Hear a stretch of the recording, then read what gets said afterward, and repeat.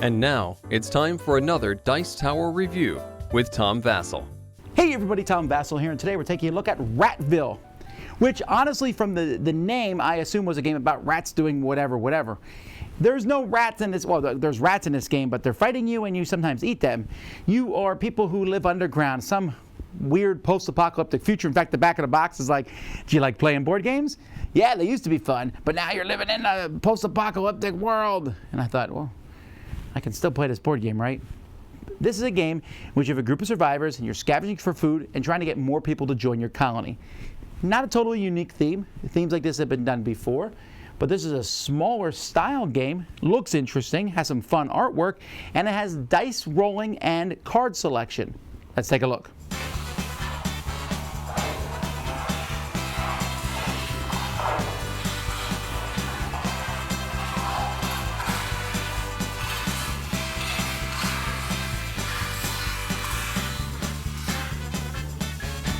In this game, players are going to start with a population of 5, and you're trying to be the first person to get to a population of 20. And as each round of the game goes, you're going to gain population and hopefully not lose population. Players are going to be determining what to do each round through a set of cards that they have numbered from 1 to 7.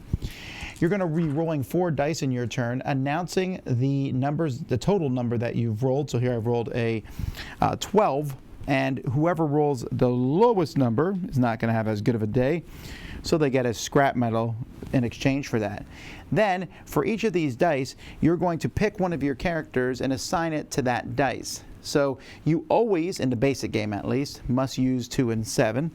So maybe I'll put 2 here and 7 here. And then you can pick 2 other people. So maybe I'll put 1 here and pick her for 2. All right, so then after that happens, after everyone's done placing their cards, you're just going to call out the numbers in order. If you pick the preacher, number 1, he simply gets added to another card to increase the value of the die at that card to 2. Then the number 2 and number 3 people in your deck, which I played here, the number 2 is going to be going for the scavenge. See, each round you're going to turn over a scavenge card. And then on that card, you're going to basically be putting the resources that are shown on it. So here I'd put these. There are different resources in the game. There's electricity, there's scrap metal, there's food, various things you can get. Whoever plays the highest number 2 card picks one of the 4 quadrants. I might pick this one that gives me 3 population. Or I might pick this one because I want the 2 scrap metal and a food. And so in turn order, each person will pick one of those quadrants and take all the stuff that's off of it. For number 3, you are going to get to build a building. There are many buildings in the middle of the table. They're going to be the same. Usually, there's a few that could be flipped over from game to game. Each of these buildings requires a minimum die, so this one needs a 4 or higher. That you can use to build it, plus some resources.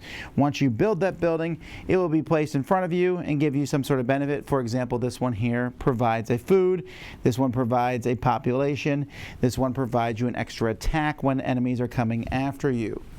When you buy these buildings, you can only have one of each type. You're going to place that building in front of you.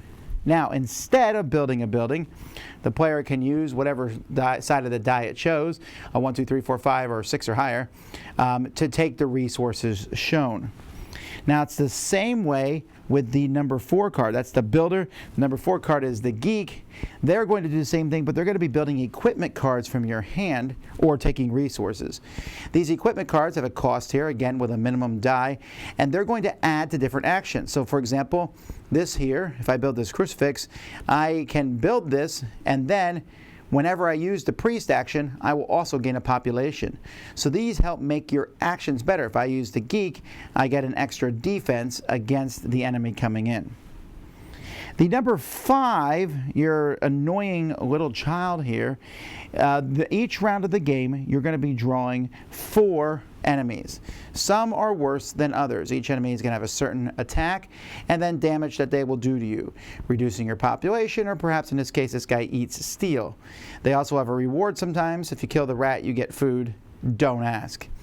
So the boy If you pick the boy, you get to pick one of these and put it in front of someone who doesn't have one yet. Each player is going to get one. So if you pick the boy, you might pick an easy one to put in front of you or a really hard one and put it in front of someone else. Everyone who didn't play a boy then in turn order will take one of the remaining ones and put it in front of themselves. After that, it's time to fight. That's what your 6 and 7 characters are for. Your 6 character, if you play a 1 through 5, simply adds 2 to the strength of the 7 character. But if you play a 6 or higher, they can just straight out kill one of the enemies that's in front of you. Then the 7 character is going to have strength equal to the number that's rolled, plus 1 or 2 based on if the 6 characters played, plus maybe extra bonuses if you've built in certain types of buildings on the board. And so if you have killed an enemy, basically destroyed it here, it's going to come off the board and you might get rewards. If not, it will do damage to you. And if it's anywhere in between, you simply put hit points on it to show. And multiple enemies can hurt you. Players are then going to be gaining population. You get 1 every turn, and you get more based on some of the buildings that you've built, and you're going to be moving around, but you also have to pay food. Once you pass 5, you have to pay 1 food. Once you pass 10, you pay 2. Once you pass 16, you pay 3, and if you cannot pay that food, then you will go down in population for each food you can't pay. Then you pick up all your cards and do the same thing over again. At the end, when someone hits 20, that's the final round, even if they go below 20, and then you just, whoever has the most population is the winner of the game. I really like the boards themselves. These are really nice quality dice, by the way, that they have these holes in to put the dice on them. I do think it's a little weird that they have spots to put the different buildings that you can build, but then they don't have any place to put all the equipment cards that you're going to make. That being said, I do like the art and stuff on the equipment, and it's fun to see, okay, this is what I'm going to use in the future, and thematically a flare gun gives you an extra 2 against fighting monsters, and a cooler gives you an extra food when you fight monsters. Again, don't ask why. And so each one of these, the symbology I did not find to be that complicated, and even if you did, a lot of this stuff is mentioned here in the back, along with achievements if you care about that. The rules I didn't find to be that complicated at all, although I think it's funny that they have A and B side cards, and the B side ones they said were advanced.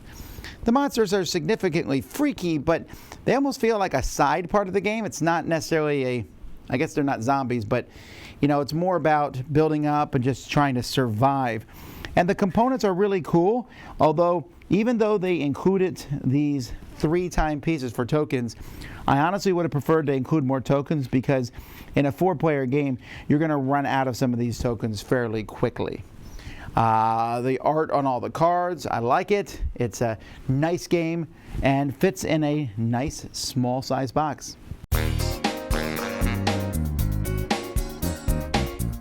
Ratville was a game that once I started playing, I was just enamored with how simple it is. I have to say I'm a big fan of the whole pick some cards each turn and numbers matching with the cards, and I like that in this game.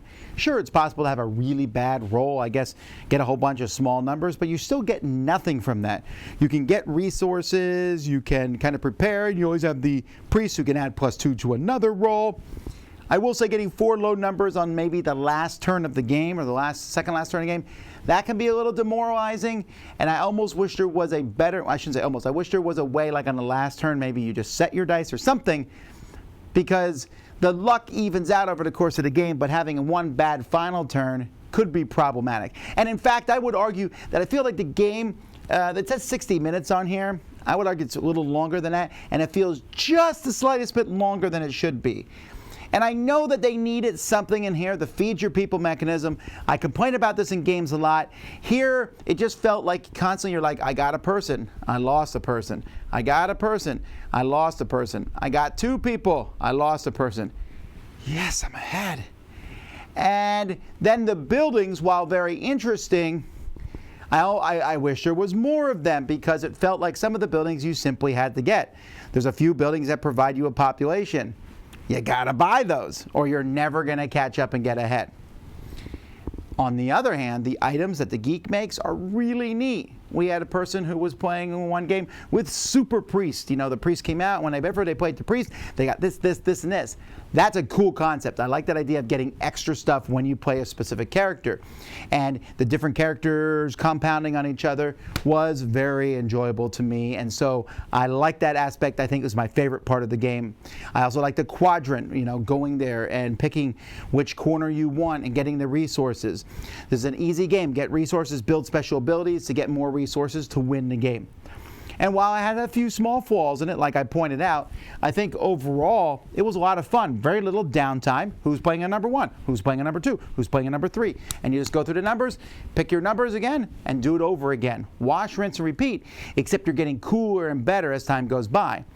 Then the monsters there, that sense of dread that they bring is not too overwhelming, and it does feel good when you kill one. You roll 6, you're thinking, I could use that on my number 6 character to just take the person right out, take one of these things out. But at the same time, if I use that 6, I could build a really good building. So there's some tough decisions, some luck involved in the game, but overall, one that I like a lot. I think it's going to go under the radar, but if you think that sounds interesting, I certainly would recommend Ratville. Dice Tower Judgment approved.